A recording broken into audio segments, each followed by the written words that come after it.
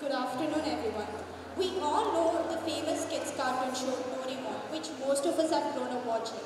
But did you know that it is based on the real-life tragedy of a Japanese boy named Nobita who suffered from a mental health disorder, schizophrenia, and ended up taking his own life, that too at a very young age of 16. These tiny mental health references hidden in our day-to-day life show that mental health disorders are not as rare as people presume them to be. Studies have shown that 1 in 5 individuals suffer with a mental health disorder. In fact, I myself have suffered with depression and experienced symptoms such as insomnia, loss of interest, anxiety, and fatigue. But do you know what the hardest part for me was? It is that I had no one to talk to. I once opened up to my friend, and in reply she laughed and said, "Just be happy, you're still young." That sentence is equivalent to, "Why do you have asthma? Just breathe, there's still so much air." Both the sentences make no sense, but the first one is considered an advice, while the second one is considered a joke. In a country like India, where mental health is given minimal to no priority at all, opening up about these issues to someone from a non-medical background can be a step to perform, especially for someone who is already in a bad mental state. So, hoping for a change, we have conducted a cross-sectional study to assess the negligence of active mental health care in 4 different age groups. Group 1, 18 to 25, Group 2, 26 to 35, Group 3, 36 to 45, 4, 46 to 60. By using Google Forms as a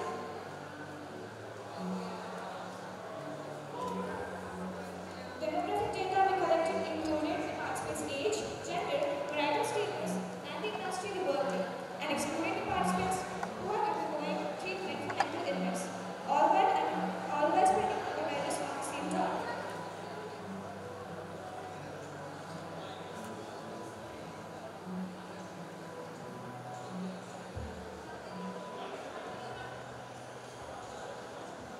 So what is mental health? According to WHO, mental health is defined as a state of mental well-being which enables a person to deal with the stresses of his life, realize his abilities, learn better, and contribute to his society. As we all know, health is defined as a state of complete physical, mental, and social well-being, and not merely the absence of a disease or infirmity. But is mental health actually being given enough importance as that of physical health? Let's take a look at the interviews.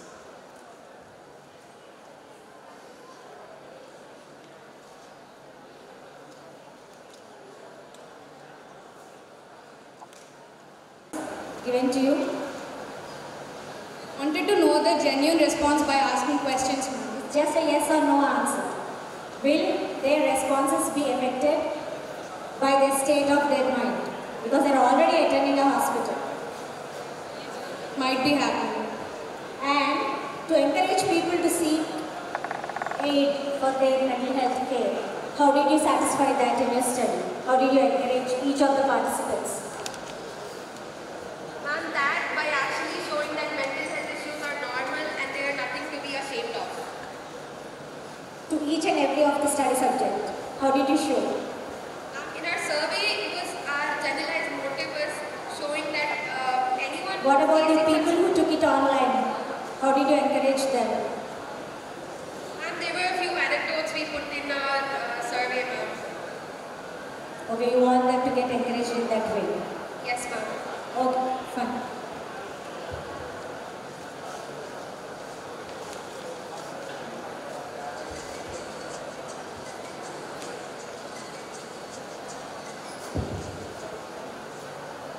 It's a very good topic you have chosen.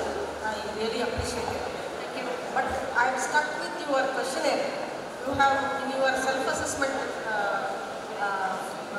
questionnaire, you have asked, do you often feel sad or uninterested in things or worthless for a long duration? Because you have taken patients and their family members who are attending hospital.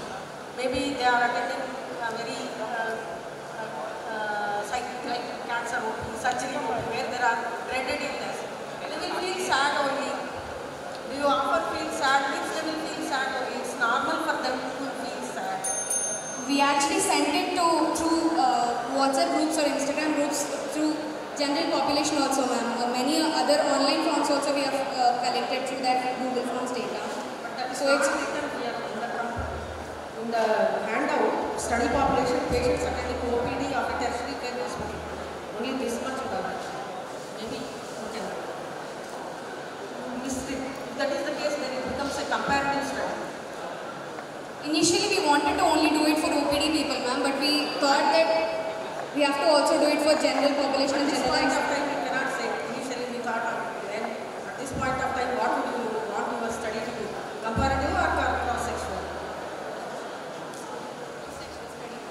Then you cannot say that you did study on OPD and population and also general population. That becomes two groups now.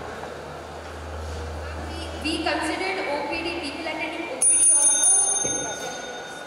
as generalized population. And one more thing is prospective study. Yours is not a prospective study. Prospective study means today you will do it, after 2 months you will do it, after 3 months again you will do it, something like that. You are giving some intervention, some medication, then you will be assessing them, following them up at 2-3 points of time with 2-3 months interval in between regularly. Then it becomes a prospective study. You have used two terms which are contradictory. One is prospective, one is cross-sectional. Please correct yourself. But otherwise, very well presented, very good effort. I appreciate it. Thank you, ma'am.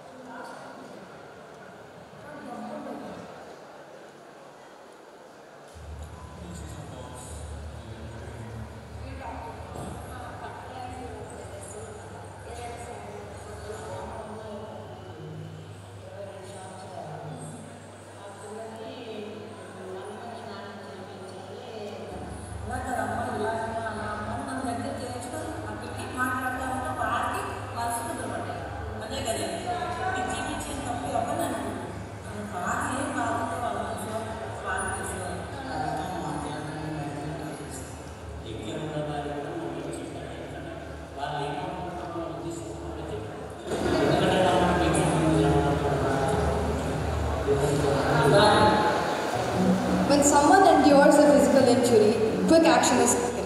People can step forward to aid or help the person, and the patients in turn are willing to seek help from others in medical professions. However, that is not the case when it comes to mental illness.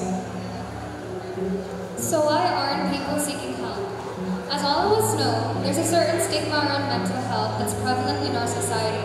Mental health is viewed as something that's somewhat unapproachable and somewhat unacceptable, as it taints the perfect picture of what we're supposed to be as human. When a person deviates from expectations, many people try not to acknowledge it, because once you say it out loud, it becomes real. And as we all know, ignorance is bliss. But what many people don't understand is that our own self-awareness and overconsumption of information is what may lead to reoccurring mental health issues. If the current assumptions on mental health are not changed, then our attempts of building a perfect society in the future will never happen. In our survey, 54.02% of the participants do not seek mental help because of the social consciousness and stigmatization of mental health, which is the most common barrier for age 18 to 25. The inaccurate and hurtful identification of people showing symptoms as lazy and incompetent is further added to the existing stigma. This stigma fuels a feeling of shame, guilt, and incompetence in people showing declining mental health symptoms and can aggravate them and also prevent them from seeking help. This ignorance is not only seen in the public, but it's also seen in the government. Less than 1% of India's national health budget is devoted towards mental health care, showing the government's reluctance to take this situation seriously and further discriminating between physical ailments and mental health. Previously in India, mental health disorders were associated with supernatural causes such as demonic possessions.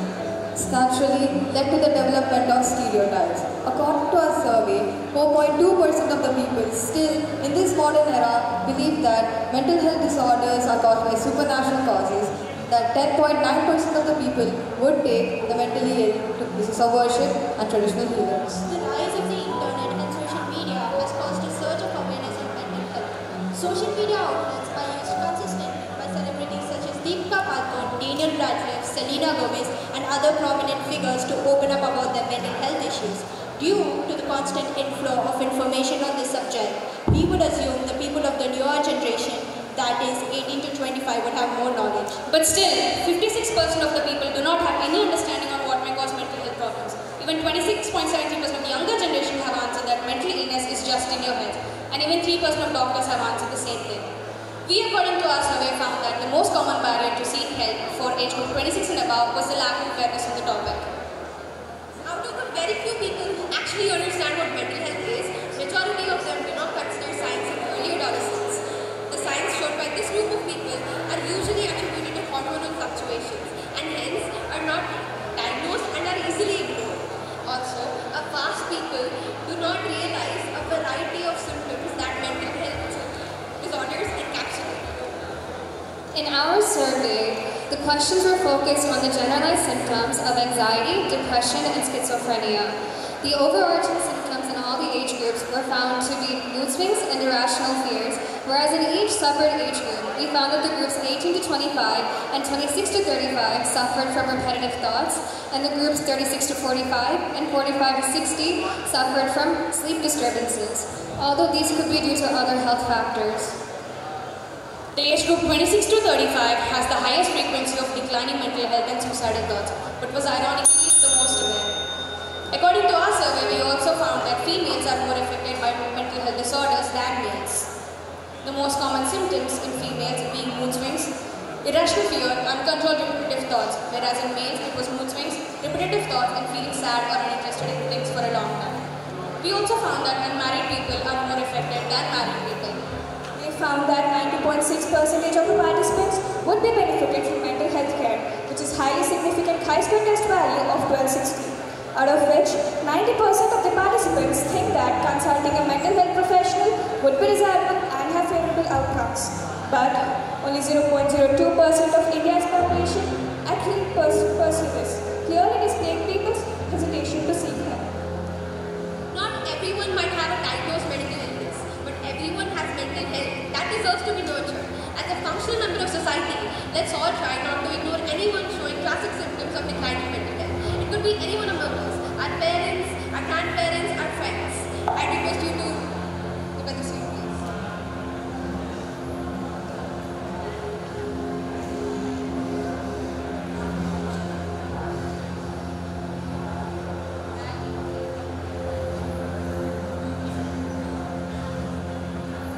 A person who is dealing with mental health disorders often feels left out and alone, even if it might not be true. This, when ignored, leads to disastrous consequences. They have a high chance of getting alleviated by seeking help. Thus, it's okay if people around you do not understand. If you battle with bad habits, If you repeat mistakes, if you are sad constantly, if you feel worthless, if you are all alone, it's okay to not be okay. There is help out there. You just have to reach for it.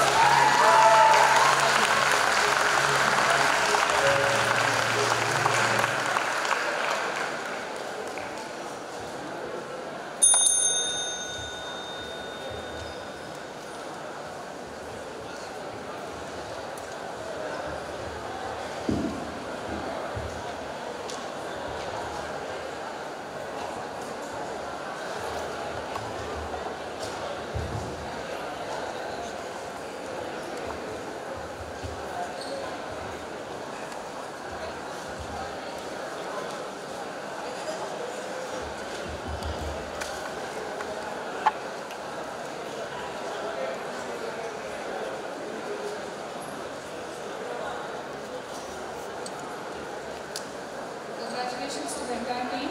It's a good presentation. One query in this, you mentioned it as prospective observational study. Does any study exist like that? Prospective observational study and then this study. Then you said it as cross-sectional study. Cross-sectional study, ma'am. Prospective cross-sectional study to assess the negligence of active mental health care in different age groups. Cross-sectional study, what is cross-sectional? It's a type of study you do between different groups, comparative groups, to compare between groups. Have you followed them? Have you followed up patients? Yes, ma'am. For how many months?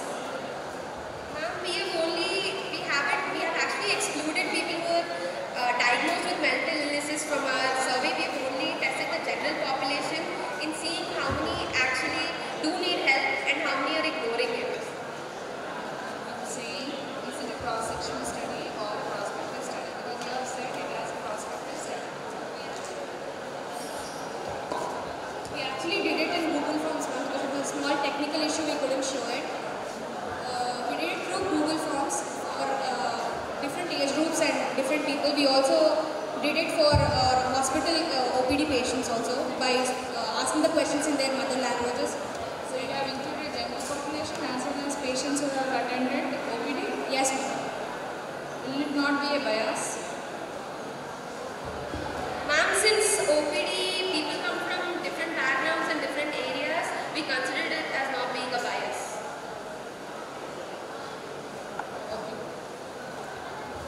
Okay, OPD, which OPD? All the OPDs or any specific? Ma'am, all OPDs. Don't you think persons visiting the any hospital, apart from the patients, even the caretakers, will be in a negative frame of mind already? Would that affect their responses?